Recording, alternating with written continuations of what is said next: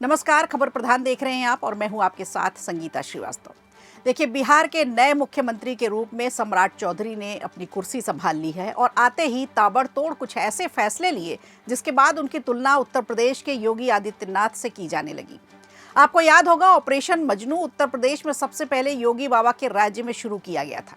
योगी की police park से लड़के लड़कियों को पकड़ पकड़ के जो हालत करती थी, उसके बाद से इस पर लगाम लगना शुरू हुई। पहले तो हालात ये थे कि प्रदेश के मुखिया रहे मुलायम सिंह यादव, जो मुख्यमंत्री थे, कहा करते थे कि लड़के हैं, गलती हो जाती है। उसके बाद उनकी काफ़ी आलोचना भी हुई थी। लेकिन अब सम्राट चौधरी के सीएम बनने के बाद से कुछ इस तरह की बातें सामने निकल कर आ रही है कि ये उत्तर प्रदेश की तरह ही यहाँ पर राज्य चलाएंगे। चुनाव नतीजों के बाद बिहार की नई सरकार के फैसलों में भी इसकी छाप देखने को मिलती है। सम्राट चौधरी ने गृह मंत्री का पद पहले संभाला था। जब पहले चुनाव हुए थे और नीतीश कुमार मुख्यमंत्री बनाए गए थे, तब इनको गृह मंत्री का पद दिया गया था और कानून व्यवस्था से जुड़े अहम फैसलों पर इन्होंने काफ़ी कुछ काम किया था। सम्राट चौधरी ने आते ही उस समय कहा था कि राज्य में छात्राओं की सुरक्षा सुनिश्चित करने के लिए स्कूलों और कॉलेजों के बाहर एंटी रोमियो दस्ते तैनात किए जाएंगे। ये उस समय से ही शुरू कर दिया गया था। छुट्टियों के दौरान भी उन्होंने विशेष पुलिस दल की निगरानी बैठा दी थी स्कूल और कॉलेज के सामने। अपराध को कतई न बर्दाश्त करने की उनकी अपनी नीति है और करीब 400 माफियाओं की पहचान कुर्सी संभालते ही उन्होंने कर ली है और जिसकी संपत्तियां न्यायालय के आदेश पर अब जब्त की जाएंगी। उन्होंने साफ कर दिया है कि सीएम की कुर्सी के बाद अपराधियों की खैर नहीं है। अपराधियों के घरों पर बुलडोजर भी चलाए जाएंगे और सवाल ये उठ रहा है कि क्या सम्राट को इस विराट रूप में प्रेजेंट करना बीजेपी के लिए सार्थक रहा।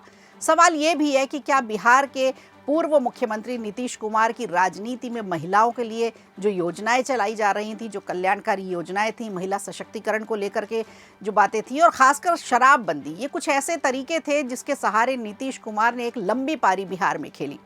तो क्या अब सम्राट चौधरी भी उसी रास्ते पर चलेंगे, उन सारी योजनाओं को जस का तस लागू करके चलेंगे, या फिर सिर्फ चुनाव जीतने का ये एक तरीका रहा। बिहार की पूरी राजनीति देखिए इस समय इसी के इर्द गिर्द घूम रही है, जिसका असर अब साफ साफ दिखाई दे रहा है। इन्हीं योजनाओं ने एनडीए की ताकत को भी मजबूत किया। नीतीश की जादुई ताकत विपक्ष पर भारी पड़ने लगी, यानी आरजेडी को तो चारों खाने चित्त कर दिया। महिला वोटों का 2025 विधानसभा चुनाव में सबसे ज़्यादा फायदा जेडीयू को ही मिला।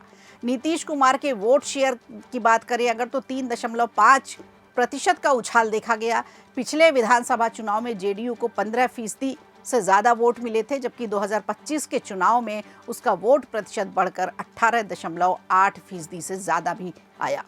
अब बीजेपी के वोट शेयर में भी 1% की बढ़ोतरी हुई है। तो कुल मिलाकर ये समझ में आता है कि योजनाएं जो चलाई गई खास करके महिलाओं के लिए, और महिलाओं ने उसी को लेकर के बढ़ चढ़ कर जेडीयू और बीजेपी समेत एनडीए को वोट दिया और इसके बाद फिर सरकार देखी जा रही है एनडीए की। तो देखा जाए तो बीजेपी की ज़मीनी हकीकत नेतृत्व की भूमिका नीतीश कुमार के नेतृत्व से थोड़ी सी अलग ज़रूर रहेगी। ये भी सही है कि पिछले 20 सालों में बीजेपी के प्रदेश नेतृत्व में एक भी चेहरा ऐसा नहीं था जिस पर सबकी सहमति बनती। प्रदेश स्तर पर सुशील मोदी की बात थी, जब तक वो थे तब तक गनीमत थी, ये बीजेपी के चेहरे के तौर पे थे वो। उसके बाद से बीजेपी के चेहरे के रूप में कोई भी ऐसी बड़ी पहचान या कोई बड़ा चेहरा सामने नहीं आया। यहाँ भी मोदी के चेहरे पर ही चुनाव लड़ा गया बीजेपी की तरफ से और नीतीश कुमार के दम पर चुनाव लड़ा गया और इस तरह से एनडीए की सरकार बनी। राष्ट्रीय स्तर की बात करें तो रविशंकर प्रसाद एक बड़ा चेहरा है, राजीव प्रताप रूडी बड़ा चेहरा थे, लेकिन इतना भी बड़ा चेहरा नहीं थे कि बिहार का चुनाव पूरा इनके दम पर लड़ा जा सके। राज्य स्तर के कई बड़े नेताओं की बात करें तो उनसे उम्मीद थी, लेकिन वो भी छोटे मोटे आपसी ट्रांसफर पोस्टिंग इन सब में फंस कर रह गए और एक बड़ा जो एक ऑरा बनना चाहिए था एक नेता का जो बिहार को प्रेजेंट करे, तो बीजेपी के पास कोई ऐसा बड़ा चेहरा नहीं था। ऐसे में आरएसएस की पृष्ठभूमि से अलग से आए सम्राट चौधरी की बातें तेजी से सबको समझ में आने लगी। उनके हाव भाव, उनके बातचीत करने का तरीका और उनका काम करने का तरीका, इस पर सभी ने गौर किया। नीतीश कुमार का भी सम्राट चौधरी पर पिछले 1.5 साल से भरोसा काफ़ी बढ़ गया था और इसीलिए प्रधानमंत्री नरेंद्र मोदी और शाह की जोड़ी ने सम्राट चौधरी को इस तरह से प्रोजेक्ट किया कि वो बीजेपी का चेहरा बन सके।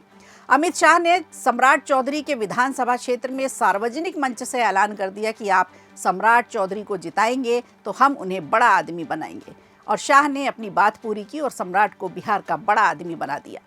जब चुनाव परिणाम आए तो अमित शाह ने जो वादा किया था उसे पूरा करके दिखाया। नीतीश सरकार में 20 साल में पहली बार गृह विभाग बीजेपी के हिस्से में आया, क्योंकि ये सब बड़े डिपार्टमेंट जो थे, बड़े मंत्रालय जो थे, सब जेडीयू के हाथ में ही होते थे और सम्राट चौधरी उस समय फिर गृह मंत्री बनाए गए। हालांकि उन्हें गृह मंत्री बनाए जाने के पीछे भी एक जो कहानी है वो काफ़ी दिलचस्प है।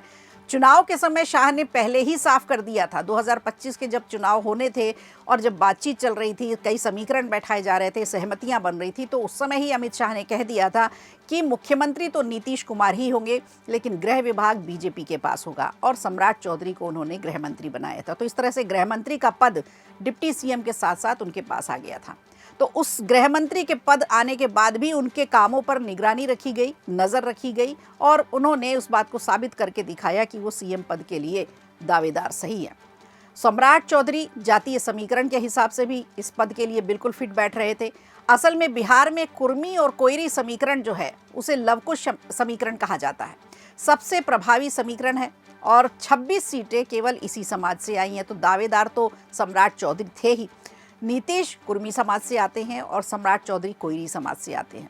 कोयरी समाज के 26 विधायक आए हैं जीतकर। ऐसे में सरकार के पहले और दूसरे नंबर पर लव कुश समीकरण बिल्कुल सही बैठा। तो अब बात करते हैं कि अब वापस सीएम की कुर्सी संभालने के बाद अब किस तरह की नीतियां होंगी। तो एंटी रोमियो दस्तों की तैनाती तो देखिए बिहार में बेटियों की सुरक्षा के लिए उन्होंने कर दी है और इस पर वो फोकस भी करेंगे। इसके अलावा किसी भी तरह के अपराध को बर्दाश्त न करने की नीति भी अपनाएंगे और करीब 400 माफियाओं की उन्होंने पहचान भी कर ली है, जिनकी संपत्तियां न्यायालय के आदेश पर अब जब्त की जाएंगी।